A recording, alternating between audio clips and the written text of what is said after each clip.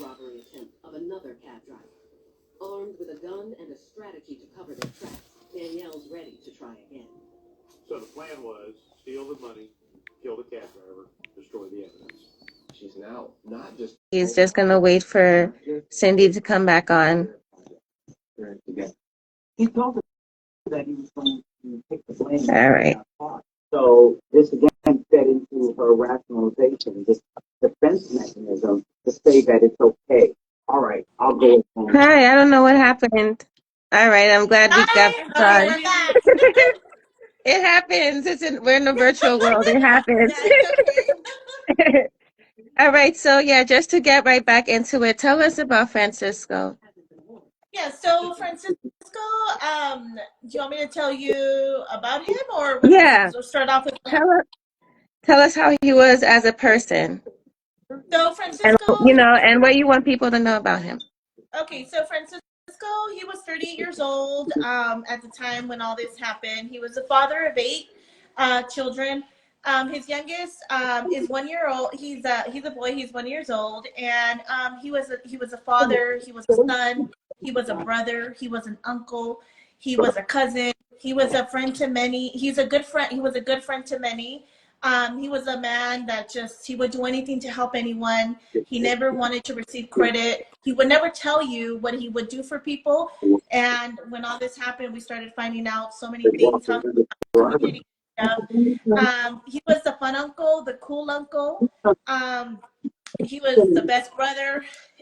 He was just an amazing, amazing man, a man of many, many talents, entrepreneur, tattoo artist. He was working on his own clothing line, hat line. I mean, he had so many goals, and he was just an amazing person. We lived about a minute or 2 away from each other. And he lived about, 12 minutes from you? Yeah, like 10 minutes. Yeah. From my other sister. So we were very close.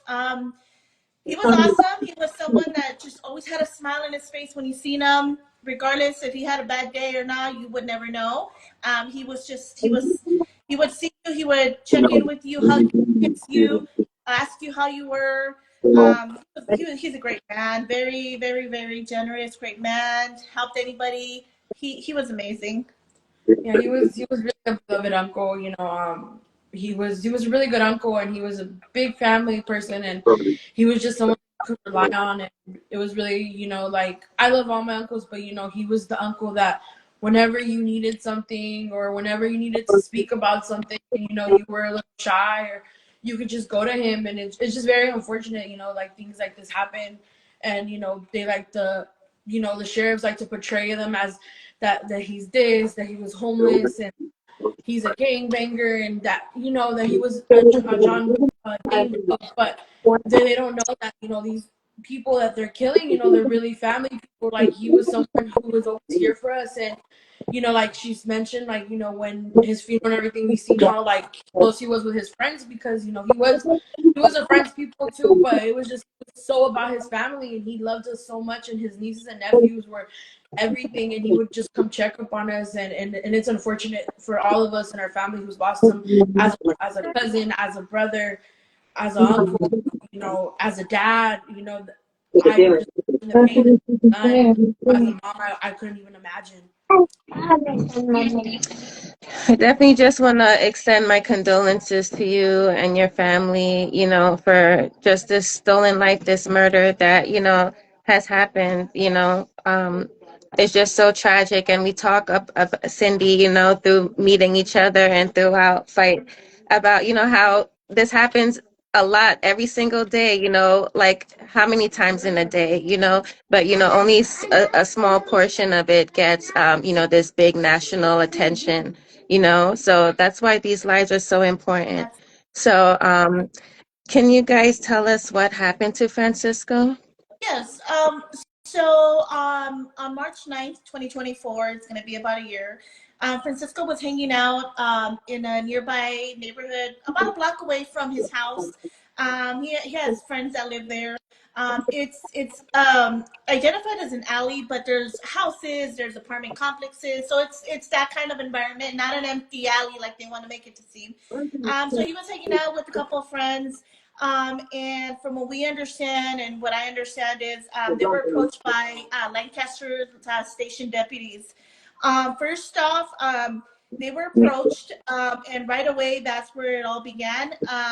LAC alleges that they approached them due to a call was received about a car theft in progress. That Francisco was stealing a car. Which was false from the very beginning. That was a lie because the car that they were referring to actually belonged to Francisco's friend who was there with them. So that was his car. So that was already a lie number one. So yeah, basically, I mean, and to start off with, if you're out here in the AV, you already know how these deputies act and how they treat us, you know, based on who we are, and, you know, very of that nature. So their first instinct was to run, right? Run. So he was with 7 of his friends, him included, and they just ran. So they ran. 2 were chased. It ends up being that 2 are detained. They're arrested, detained. One of his friends, he's tasered down. They beat him. The other one, he was walking out of the apartment complex, out of the store. He was coming from the store, the apartment complex. He got arrested. The others got away. And then that happened. And this was early March 9th in the morning, right? So what happened was actually that morning, I was up. A couple of us happened to be up, my family, and we weren't even in communication, right? We don't know what's going on. And we seen a post on Instagram from AV Scanners. So they post, it's like the police, they'll post like police activity out here and, you know, situations like that, calls that are being, you know, with LASD. So I personally noticed the post where they said they had 3 in custody, that they had found some people and they had 3 in custody. Never did we imagine that that was going to relate to Francisco. So very quick, the post was quick. It was, we have 3 in custody, so on and so forth. And then right away, they edited the post and they updated with 2 in custody. So that was right off the bat. I noticed that, didn't think nothing of it. So we wake up that morning and we hear his friends, hey, this is what happened. We ran away. Where's Francisco? Francisco was nowhere to be found. He never made it home, and we never saw him again after that. So we thought, besides the 2 individuals that were arrested that morning, Francisco was the only one missing. Everybody else was accounted for that morning. So we figured, okay, they arrested him. He's eventually going to call one of us and let us know what happened, and we'll deal with that then. So the day went by, the morning went by. A couple of us went to that alley where it happened, where they were chased and arrested, and, you know, try to talk to people, see what had happened. You know, it was very alarming, you know, what he was missing. So what's going on? So we went, obviously, some of us drove there, walked by there hours after this happened, right? Francisco wasn't there. Ended up, you know, Francisco wasn't there. So that happens, and then we're like, okay, well, we're just gonna wait for him to call us. So we waited. We're not hearing from him. We're like, okay, well, maybe they're delaying his booking. Eventually, you know, I don't know. He'll call us. You know, eventually he'll call us. Day went by. We didn't hear about him. The next day came by. Didn't hear from him. So we started worrying, like, that's not like him to go missing. That's not like him to not call anybody if he's in jail, you know, and stuff like that. So we started to worry, but never did we imagine everything that was everything that was going on at the time, you know, because this is not like him. He doesn't go missing. He doesn't leave his house. So we're not thinking, hey, this is what he does. He doesn't do that. You know what I mean? So then, Lord behold, we go to March 14th. There's a knock at the door at his house, my parents' house, and Detective Sanchez from Homicide, LASD Homicide, and Detective Mike Rivas knock on the door and tell him that my brother has been found in the alley, the same alley, 5 days later, about 250 feet from the. They can't hear you. Can you hear us? Learn more. In the back. Let's see. Can everyone hear us? Oh, Yvonne is Oh, mute. Yvonne. Oh, Yvonne, you have to mute. Are you able to mute, Yvonne? Maybe They there's some interference.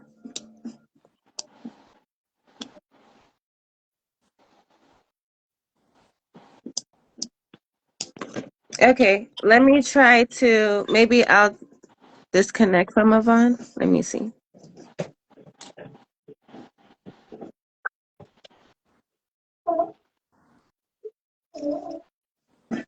Okay, let's see. Yvonne, are you able to hang up maybe? If you can't mute?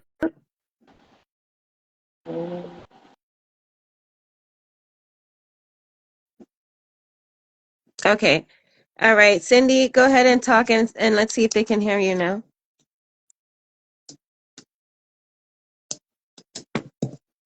All right. Oh, it's on Cindy. Interesting, because I could have heard her really well. But thank you for letting us know. We're gonna try to get her back on.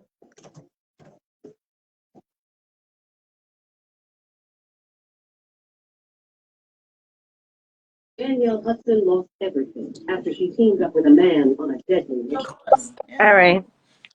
Can Can, everyone hear Cindy now? Cindy, can you hear? try saying.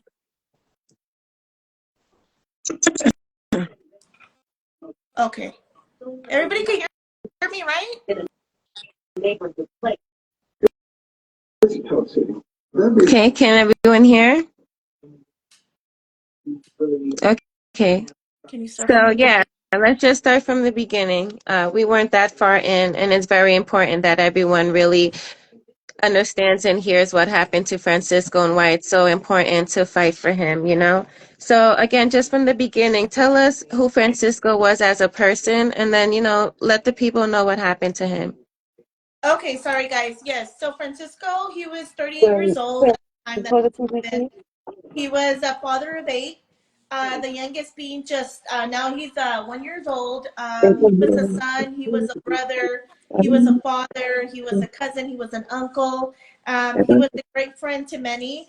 A man of many many talents. He was a very kind-hearted man. Always with a smile on his face, no matter what.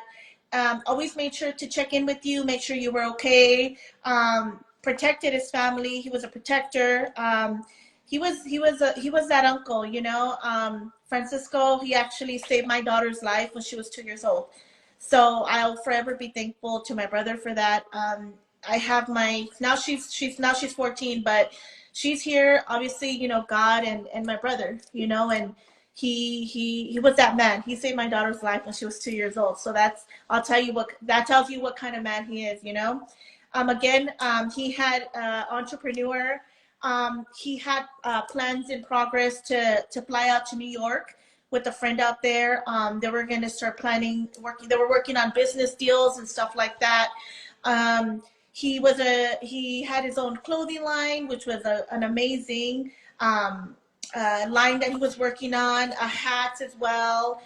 He had an auto detailing service that he was working on too. So he, whatever you wanted him to do, he did it. He could do it. So he, again, a man of many many talents. Again, we live about under 2 minutes from each other. He lived about 10 minutes from my other sister. Always showed up to your birthday parties. Me and my sister, we like to have random get-togethers at last minute. He was the one that always made sure to show up, no matter what he had planned. He was going to show up for you because he knows what it meant to her and I, for this to show up. So he would always show up. He loved to cook. Thanksgiving, he loved to do the green bean casserole. Nobody else could do it. God forbid you did it. He had to bring his green bean casserole. I didn't like it, but that was his dish. You couldn't do it. He had to bring that dish. He loved to cook. He was a great cook. He loved my pozole. That he loved that stuff.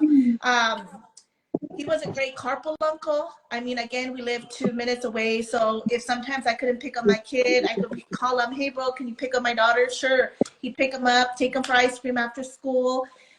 If he was passing by my house, he would knock on my door. Hey, sis, do you need anything? I'm running to the store. Always did that. And, that's always happy for us. Always loving, like just a smile, like the cool uncle. And he was a great guy. He was a great guy. Absolutely. Yeah, he was a really beloved uncle.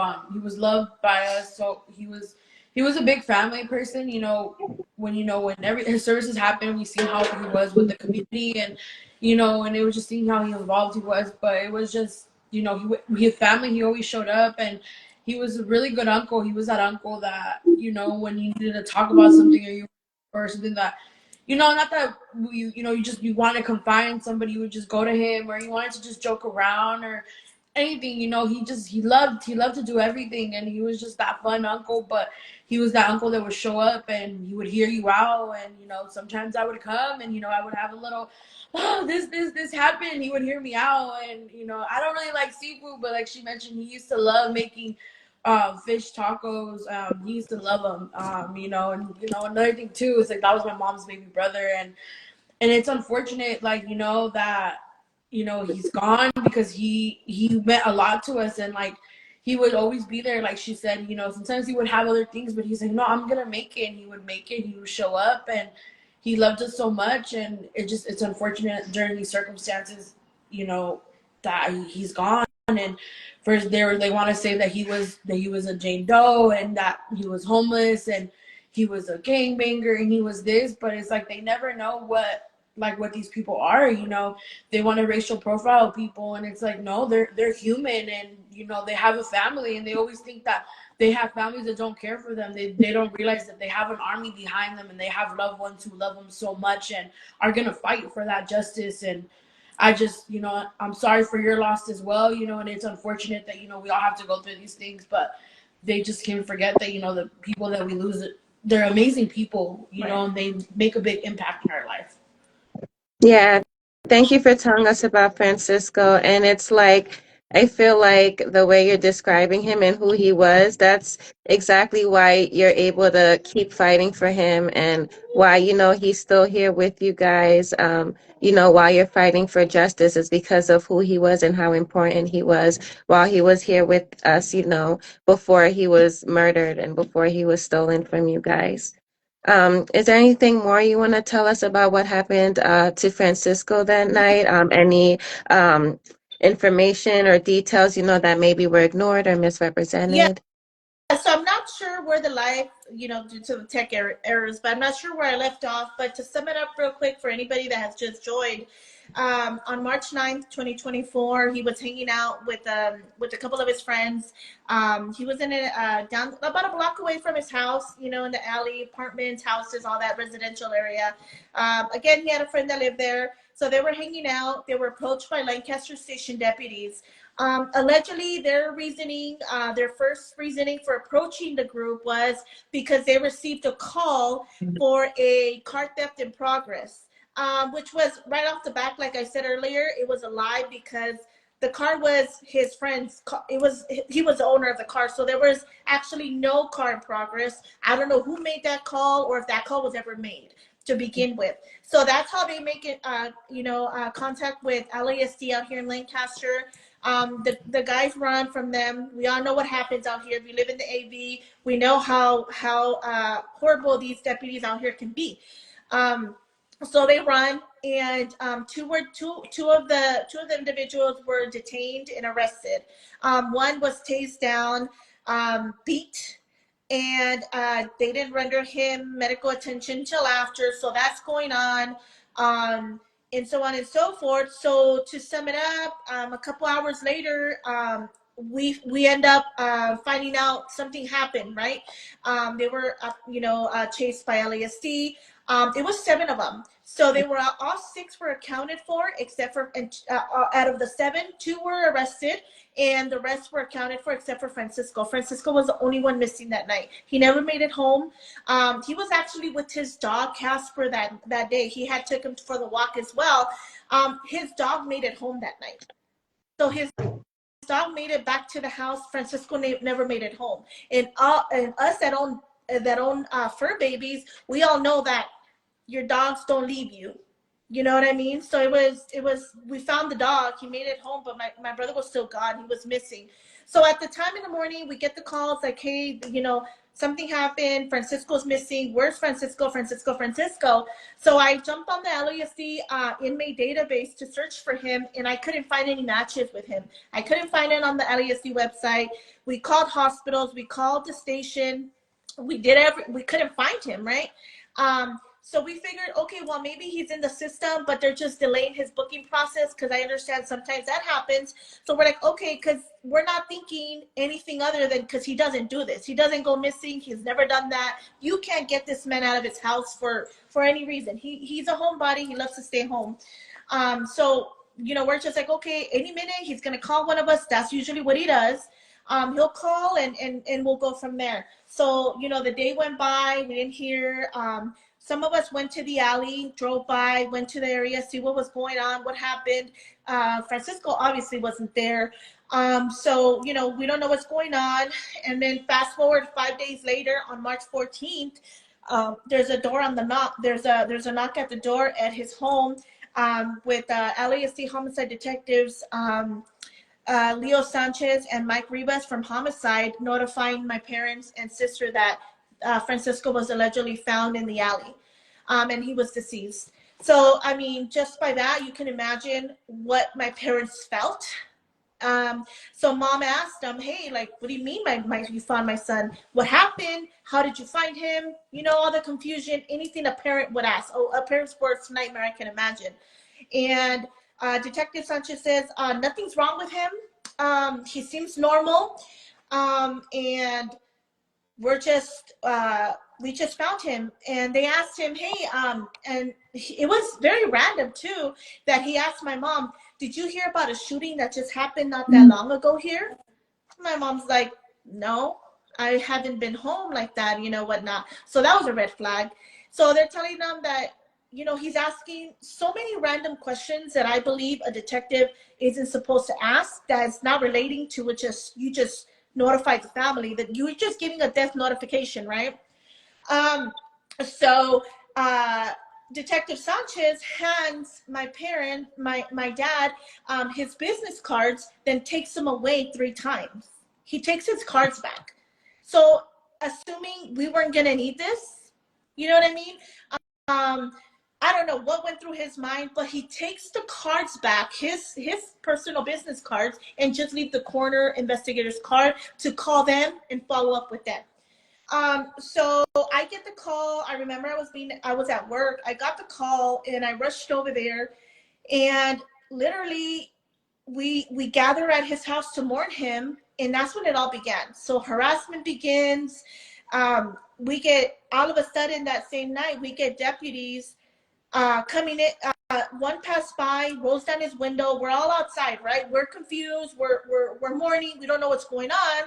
And the first patrol car passes by, and he rolls down his window and he yells out, "Fuck you." I'm sorry for the verbiage, but that.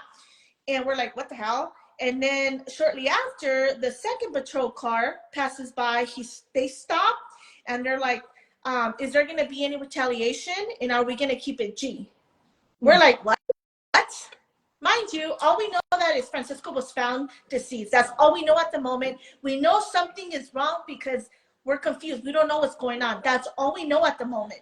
So for you to pull up and do that, and on a grieving family that just found out, and then the second car, and they're like drawing their guns, like very in fight or flight mode kind of thing, and to ask us if there's going to be any retaliation for what?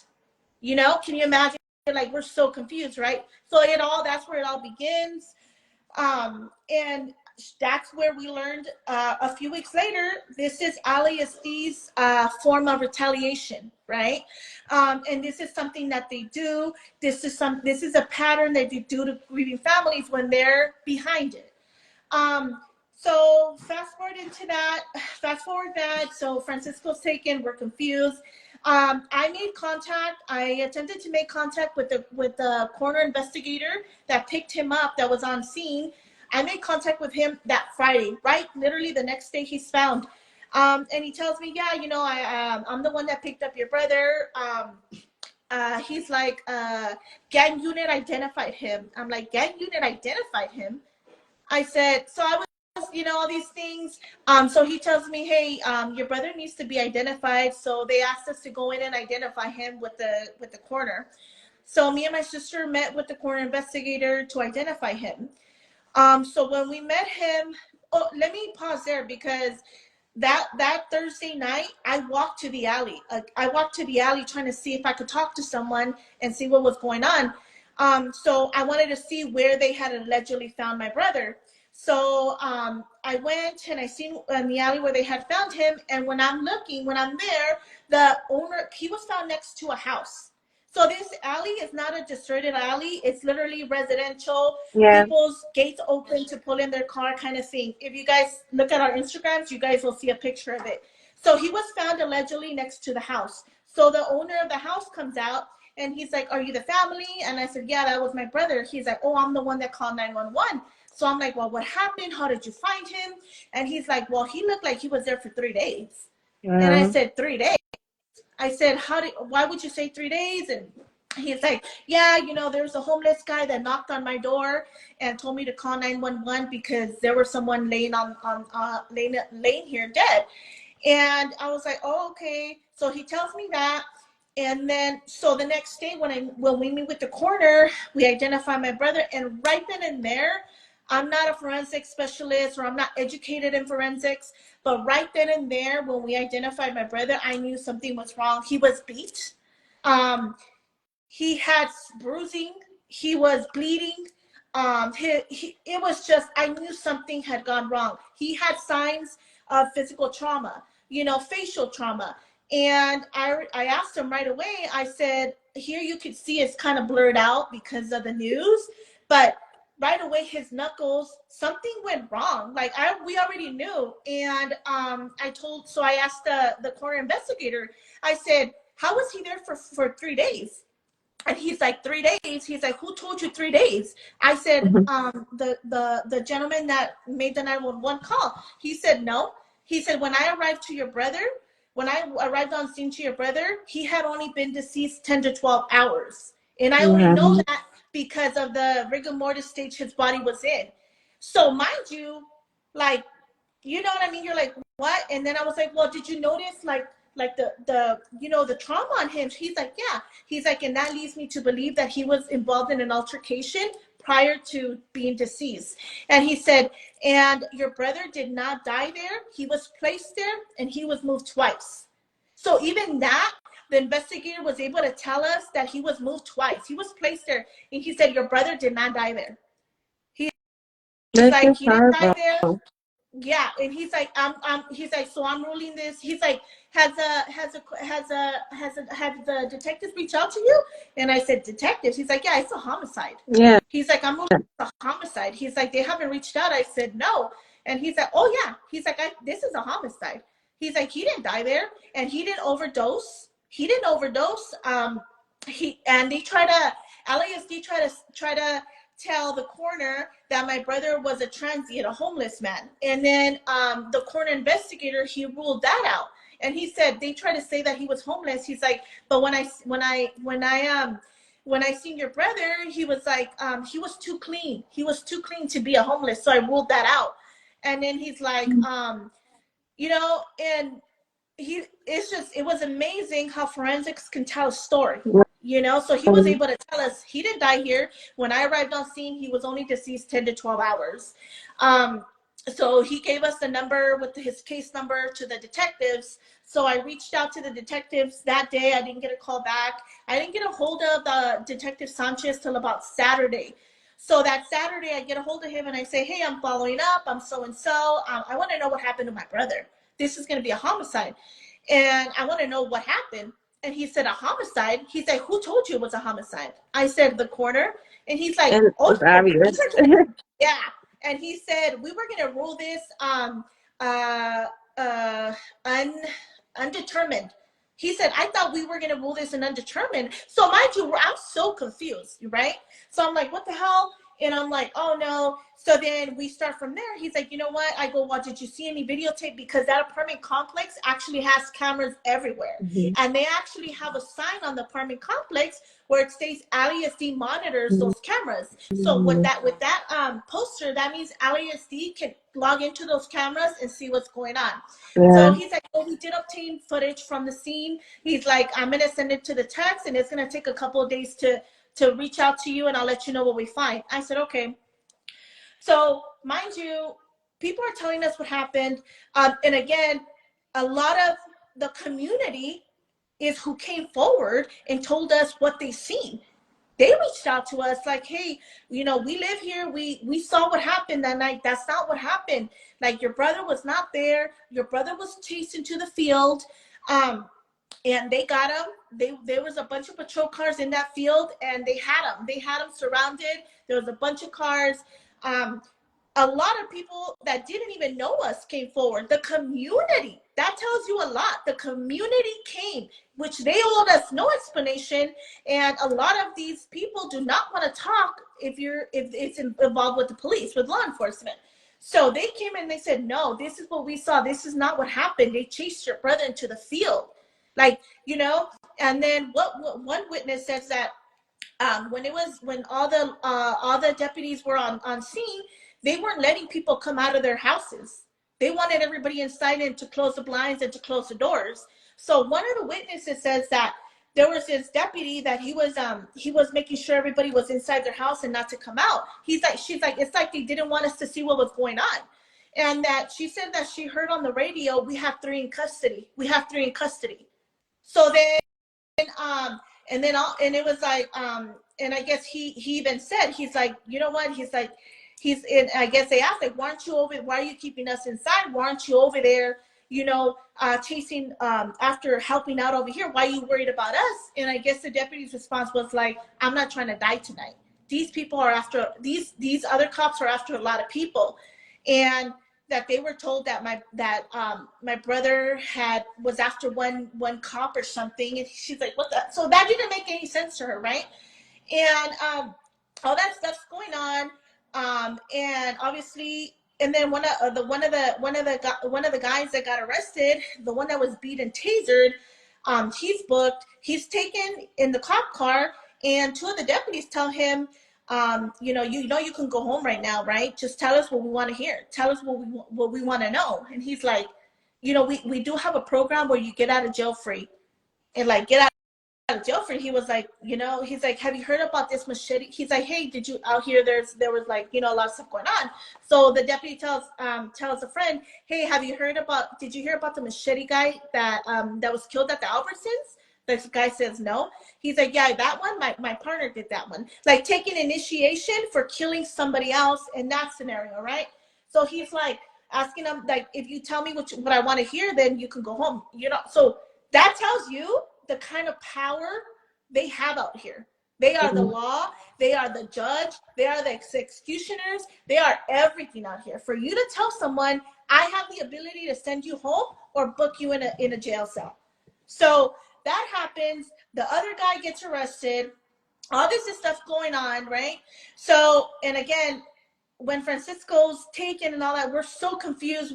So many people are telling us that they saw what happened. They're describing my brother to the T. Yeah, he ran into the field. He had big ears, because that's what he did. Like, how are people that don't know him describing what he was wearing that day? You know what I mean? And everything started to just make sense. And then we're like, no, something happened here. So then, sure enough, moving fast, going forward, we have an opportunity to view him before the services. So we have an opportunity to view him before the services. It was 3 of us, me and 2 other family members. And we had 1 hour of a private moment with him. And that's when we verified, we took a lot of pictures. That's when we verified the handcuff marks. He had handcuff marks. He had like pepper spray bullets all over his body. Taser marks, burn marks. He had a bunch of burn marks.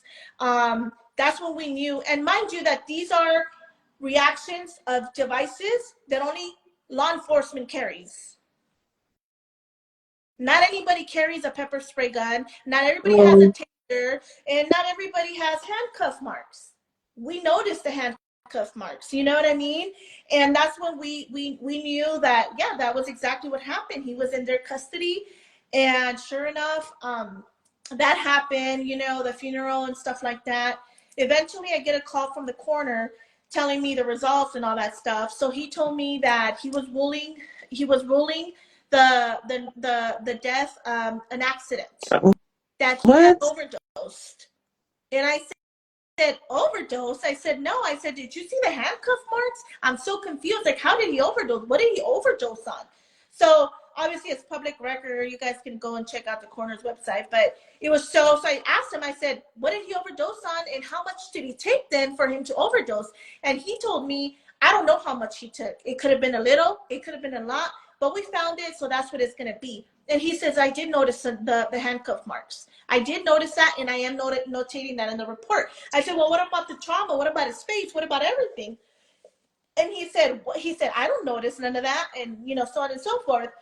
And I said, I noticed the way his autopsy was performed was very, very, very different, was a red flag like never before. And he told me that they performed a neck dissection on my brother. And I only knew, and that stood out when we had the private moment with him, because we noticed he was different. So we asked him, Miss, why does he look like that? And she's like, you know what? I was very disappointed in the way the coroner handled your brother. It's almost like they didn't care about him and so on and so forth. So I asked him, I said, why did you not care about my brother? I said, what, you didn't think he had family that was going to view him and so on and so forth?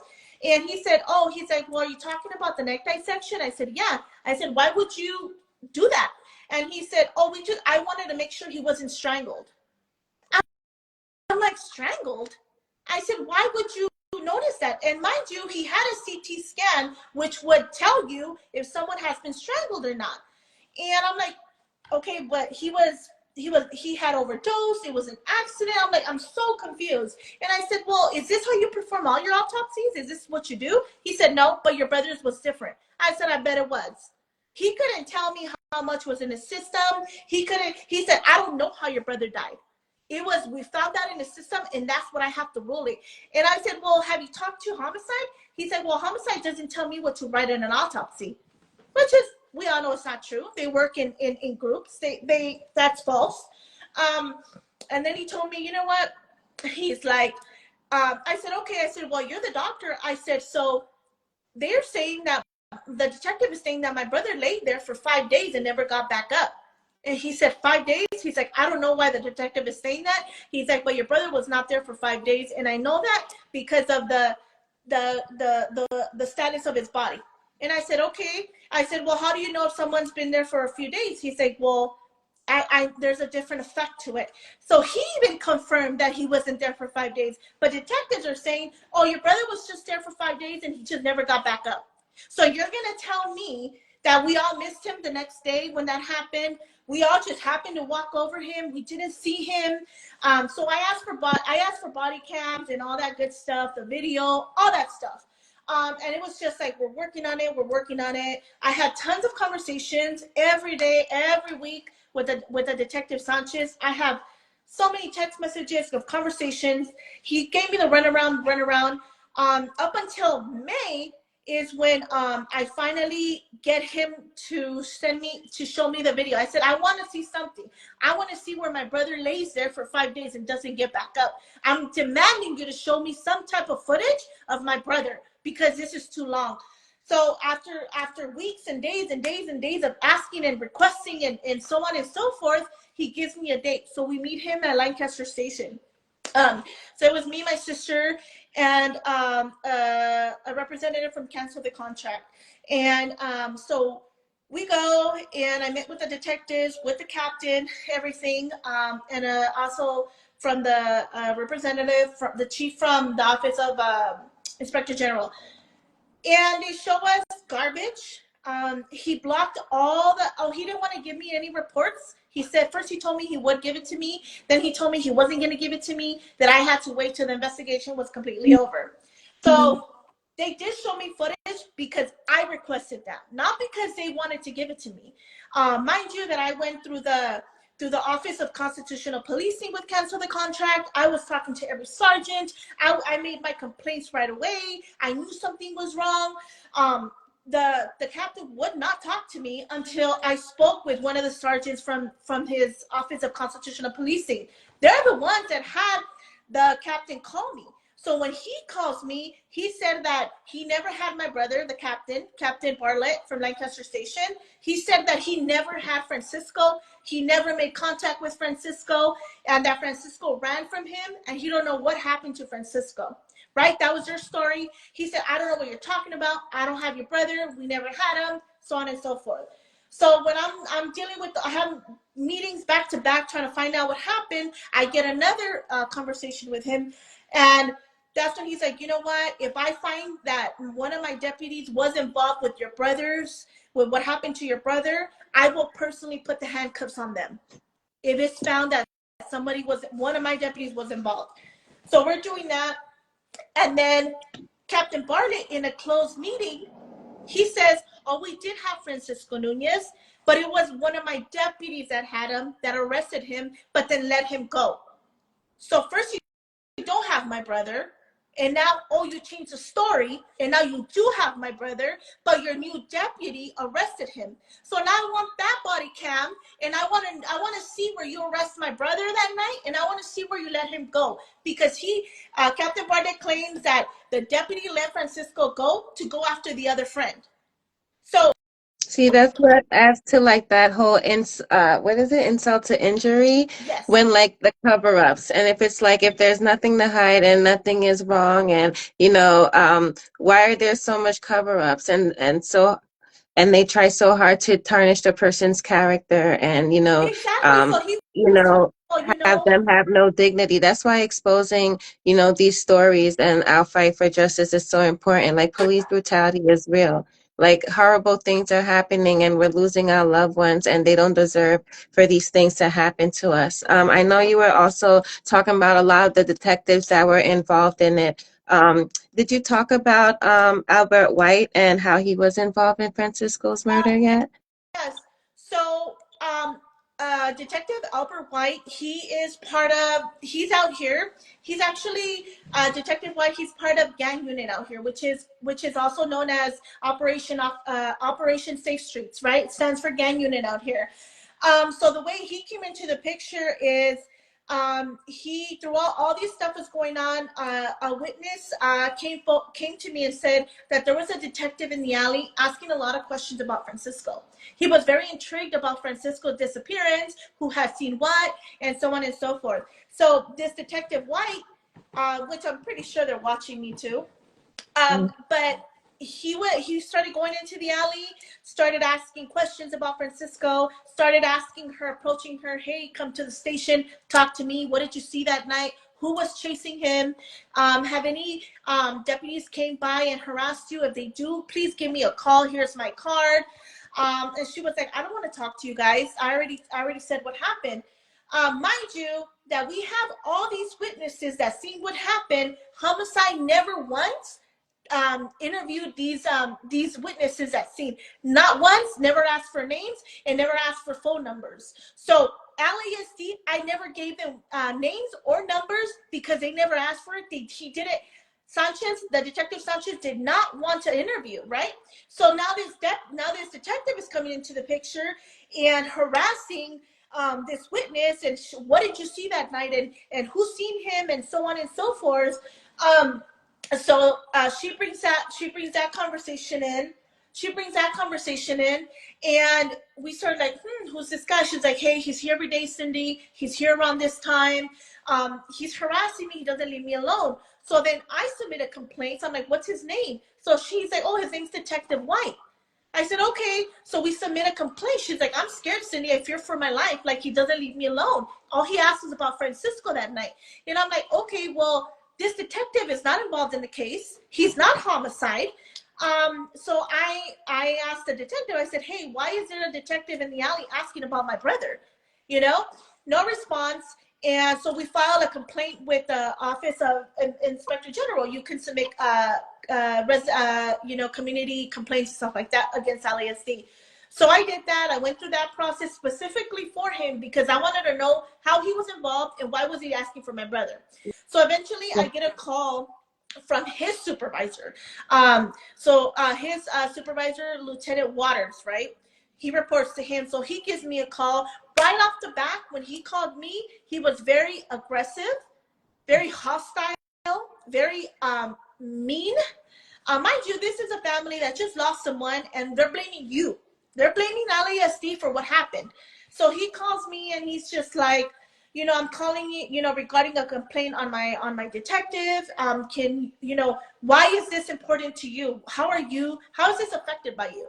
And I said, well, first of all, I'm Cindy Nunez. I said, Francisco Nunez is my brother, and anything that is related to his case is my business, or I'll make it my business. So I understand that your detective is harassing a witness that is a key witness to our case in asking about my brother. Is he involved in the investigation? He's like, oh, well, sometimes our gang unit helps homicide with interviewing witnesses.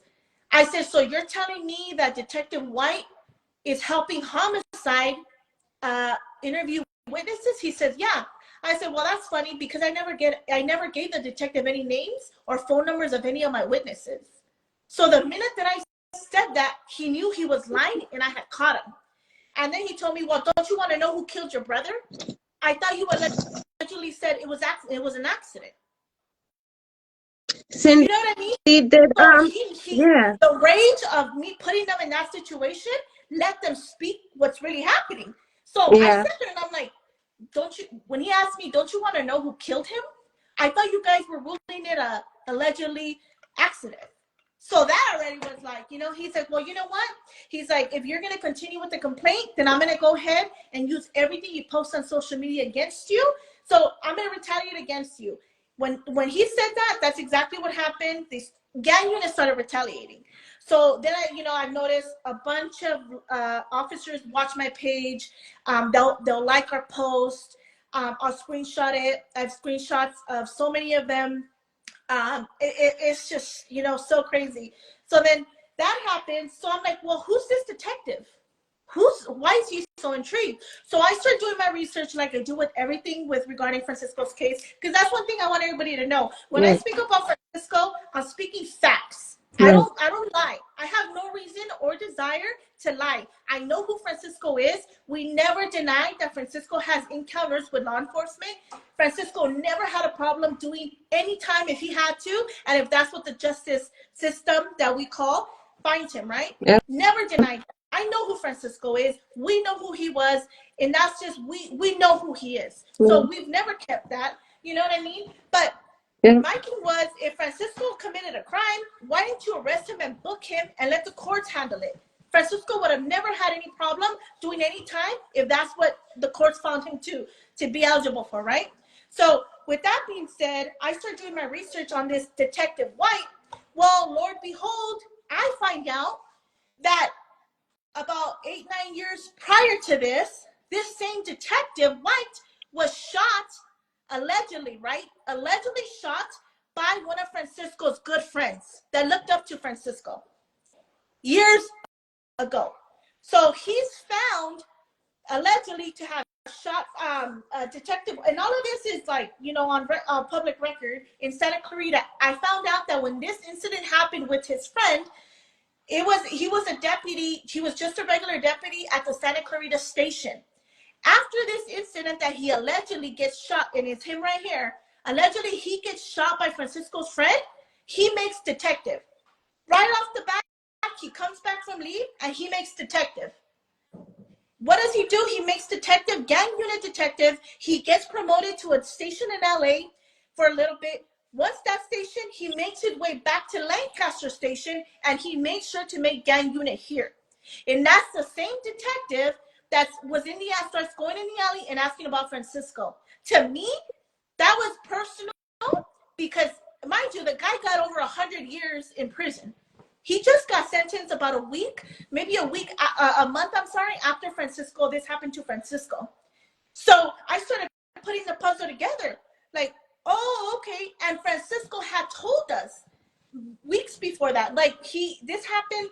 This didn't happen March 9th. In February, a couple weeks before, there was actually an incident outside of his house. There was shooting at Francisco. There was it was like, and nobody made any fuss about it. There was an active shooter because he lives in front of a school. There was an active shooter shooting at Francisco. The schools got put on lockdown. It's not all over the news. Nobody makes a fuss about it. And that's what he was like. He even told us that there was a gray undercover car parked across the street of his house. They would just watch him every day. Watch him. And he said, there's a cop that's after me, but we didn't know who it was. So But he said, they're watching me. They're watching me. Every day they were watching him. That's what he kept telling us, wow. but we didn't know who. So he mentioned to you beforehand that he felt like harassment and issues with sheriffs Absolutely. beforehand? Yeah, Wow. didn't know who. That's horrible. Yeah. I just can't imagine you guys going through all that, like on top of just, it being scary, not knowing where Francisco was those whole 5 days, Yeah. and then just finding him in that state, and then going through all this afterwards. And in between, Can you tell us how it's affected your family and the community, whether emotionally, financially, just the major impacts that this has had for you, your family, and your community? So one thing I did want to mention, and that she didn't say, like the harassment.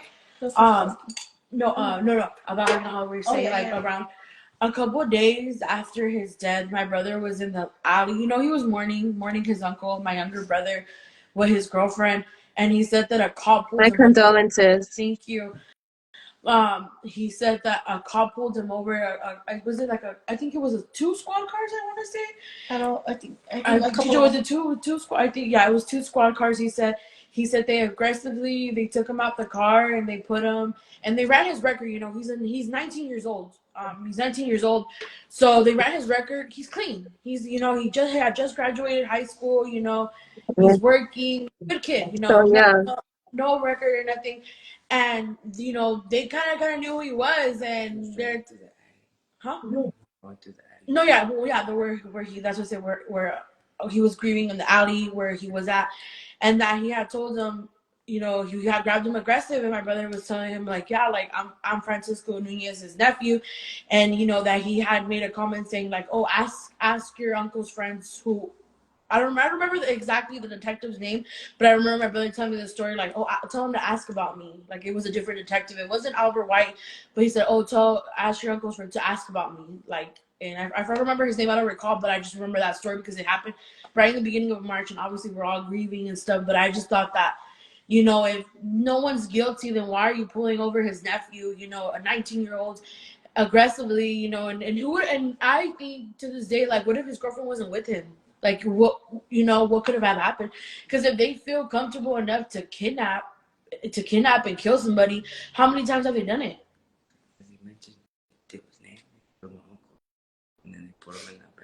So, and with that being said, it's like a lot of people, I understand that a lot of people are like, wait, you say kidnap, like, whoa, that's strong, But the thing is that, first of all, Francisco was never booked, never taken to a station, never taken to a hospital, and never taken in front of a judge for any reason, whatever it was. He wasn't able to go home for 5 days. He was held against his will. So for anybody to question the kidnapping, I don't know what you call this, but in America, you call that kidnapping. And you don't have to do anything bad to be kidnapped. You don't kidnap people, and you're law enforcement. I understand what I put out there. Kidnapping, he was tortured because he was held against his will and he was beat severely. He had trauma. And then you dump my brother in an alley for us to find. What message were you putting out there? That you could get close to us? What did you try to tell us with that? You went and dumped my brother for us to find. And you try to cover up this story that you can't cover up because nothing makes sense. How do I have body cam footage? And it's like, I started, when I got, with that being said, it's that because of the community, we found out so much. You know, personally in our family, obviously, as I mentioned earlier, since the very get-go, since we haven't had time to grieve. We went into fight mode. We went into justice. We don't grieve him. We're not there yet. We're working backwards because we know something happened. We know who did it. We know what happened, and now we gotta prove that this is what happened. So, mourning, grieving is out the door for us right now. We feel it. We miss him, but do we cry for him? Yeah. Probably, yes, we do. But we're more mad. We're Yeah. mad. We're I know upset. exactly what you We're mean. I know upset. exactly what you You know, mean. Yeah. and maybe when we do get justice, maybe that's when the grieving will start. But right now, we're one pissed off family, and we're not stopping, and we're not Yeah. shutting up. And that's That's how the right. No community is justice, no too. peace. Yeah. And that's how the community is too. They're mad. They're like, no, we want to fight with you. We know what Yeah. happened. We've seen what happened. Financially, I mean, we're good. We're fine. Thank God we're fine. We're not worried about that. Um, my parents and our family, that's what hurts is them too. To not Yeah. know why they did this to her son, to his son. You know what I mean? Yeah. The lies. Want to know what happened to their son. So we're not in the grieving stage. I think I can speak for all of us. We're mad. Yeah. We're mad as hell. We're gonna Yeah. get to the bottom of it. We want to know what the hell happened. Yeah. No justice, no Yeah. peace. Right? Right. Yeah. What support have you guys received so far, and what kind of support do you feel like you still need? So the support we received is amazing. Again, since the very get go, the Cancel the Contract is another organization out here in the AV. They opened their arms out from the very get go, helped us, help us. I attend the sheriff's oversight committees every month. I refuse to let Francisco's name go in vain. That's where we meet with Sheriff Robert Luna, which he's a bunch of bogus himself. And that's what I do. We do that. My family goes out and support. We we have a great attorney. He's amazing too. We have a lot of support now. We have families demanding justice. So anybody who's not following us, follow us. Families fighting for justice. Dare to Struggle, a big support system too. Family, friends, yeah. I feel like strangers as well too. There was a point where, we were going to stores and we were giving out petition. Obviously some people are gonna. It's a harsh story and they don't want to hear it. Some people just they don't want to partake and I just feel like I don't mean to sound too, but I just feel like a lot of people don't understand until you go through it. Yeah. And I feel like and people are just like, oh no, like you're crazy or like, oh okay, until you really go through it, until it really happens to your family, I don't Yeah. think people really understand.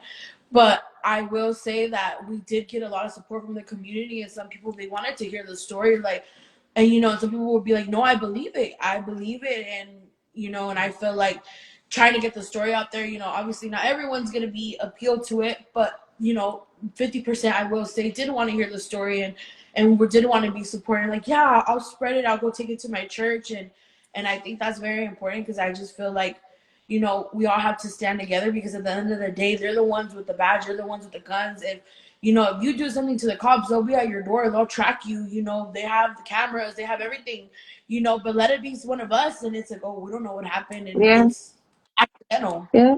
It's accidental. Yeah. You guys detailed like just the heinous, details of what happened to Francisco. I'm just wondering, what does justice look like for you guys? For your family. Well, justice, I mean, for our family, again, there's definitely Detective White that's on my radar. How deep he was involved, we'll find out. Speaking of him, we got 5 deputies in the body cam that I reviewed, that I'm very interested in. There's a patrol car 1047, and I'm only responding to this because this is part of what justice looks for me. Because if I could point out all these red flags, how has LASD not given me video of anything? The video that they claimed that they showed me had absolutely nothing to do with my brother. does not show him laying there for 5 days. I mean, my sister was there, Raquel from Cancel the Contract. They were so nervous that day when they even showed us what they did, what they had, and I even questioned it. I said, how do you have 5 days of, this is where you get where he was laying for 5 days? He's like, well, now we think he was there. Oh, so now it was like, we think. So it's like, what justice looks for me is the truth, accountability. I want to know who of these, because it's a group. It didn't take one person. It didn't take two. This was a group.